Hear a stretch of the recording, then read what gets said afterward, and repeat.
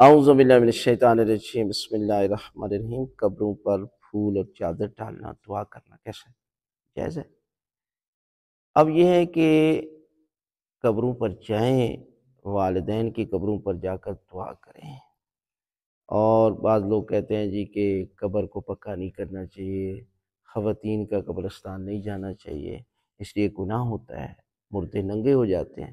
یہ اس قدر لوگوں نے اپنی ذہن کی پیداوار بنائی ہوئی ہے۔ آپ کہیں گے وہ کیسے؟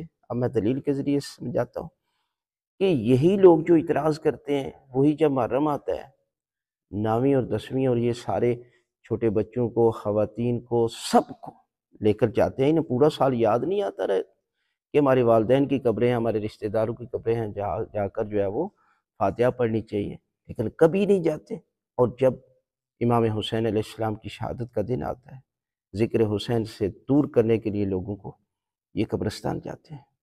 انہیں تو اس پاک ہستیوں کا شکریہ ادا کرنا چاہیے کہ جنہوں نے قربانی دے کر صرف اپنی نہیں، اولاد کی، اصحاب کی، سب کچھ لٹا کر اللہ کے دین کو بچایا۔ آج جو دین قائم ہے، ماں کا احترام، بہن بھائی کا رشتہ، کون ہے؟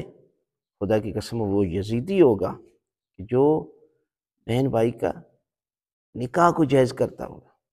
لیکن یاد رکھیں، جو لوگ 10 محرم کو جاتے ہیں قبرستان جا کر مٹی ڈالتے ہیں، ان کا اہل بیت کے ساتھ کوئی تعلق نہیں ہے۔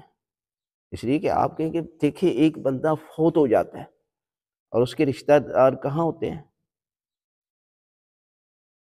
وہ اس کی جو ہے وہ میت کے ساتھ ہوتے ہیں نا، وہ تو نہیں ہوتے کہ وہ جو ہے وہ کسی دوسرے علاقے میں جا کر جو ہے وہ اس کے جو ہے وہ قبرستان جا کر مٹی ڈال رہے ہوتے ہیں۔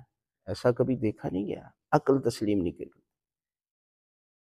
یہی وجہ ہے کہ جو لوگ آج بھی دیکھیں پوری دنیا پر اہل بیت کے ماننے والوں نے جہاں بھی ظلم ہوا ہے، اس ظلم کے خلاف آواز اٹھائی ہے، اور یہی امام حسین علیہ السلام کا پیغام تھا۔